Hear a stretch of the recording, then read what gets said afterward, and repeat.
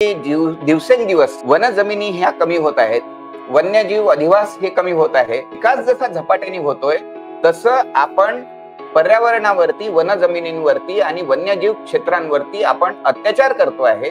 BNHS policy साठी खूप महत्वाचं काम करते, पण राज्य सरकार त्याकडे किती गांभीर्यानं पाहते किंवा ज्या ज्या संस्था पर्यावरणासाठी, जंगलासाठी काम करतात, या सगळ्या संस्थांकडे, संघटनांकडे, त्यांच्या कार्यकर्त्याकडे पाहण्याचा राज्य सरकारचा आणि केंद्र सरकारचाही दृष्टिकोन कसा असतो? तुम्हाला काय अनुभव आले?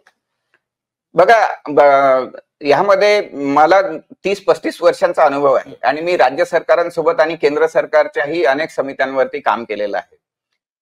मला असं वाटतं की दिवसेंदिवस वनजमिनी ह्या कमी होत आहेत, वन्यजीव अधिवास हे कमी होत आहे आणि विकास प्रकल्पांना जास्तीत जास्त जमिनी पाहिजे आणि त्या आता शेतजमिनी, कारण शेतजमिनींचे कम्पेन्सेशन 4 टाइम्स म्हणजे चौपट तुम्हाला मोबदला द्यावा लागतो शेतकऱ्याला.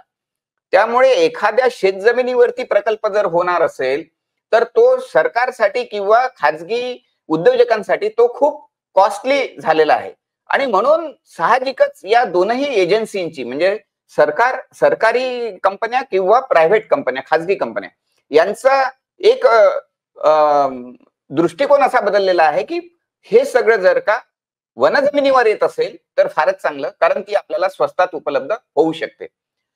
या दबावामुळे साधारणतः जो कोणी वन्यप्राणी संरक्षणाबद्दल किंवा वन संरक्षणाबद्दल, पर्यावरण संरक्षणाबद्दल बोलत असेल तर तो साधारणतः विकासामध्ये अडसर आहे किंवा तो विकासाला बाधा आणतो आहे असं त्या संघटनेकडे पाहिल्या जाते किंवा त्या व्यक्तींकडे पाहिल्या जातं. मला असं वाटतं की हा दृष्टिकोन चुकीचा आहे.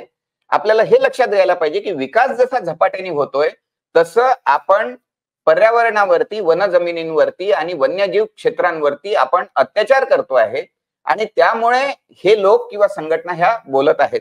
आता राहिला प्रश्न बीएनएचएसचा अनुभव. बीएनएचएस ही बऱ्याचशा राज्य सरकारांच्या समित्यांवर आहे आणि केंद्र सरकारच्या पण समितीवर आहे आणि त्या ठिकाणी आम्ही रिसर्च जो आमचा झालेला आहे तो आम्ही तिथे मांडण्याचा प्रयत्न करतो आणि त्या माध्यमातून आम्ही हे सगळे विकास प्रकल्प होत असताना तिथे काय खबरदारीच्या उपाययोजना घ्यायला पाहिजे हे आम्ही सांगतो.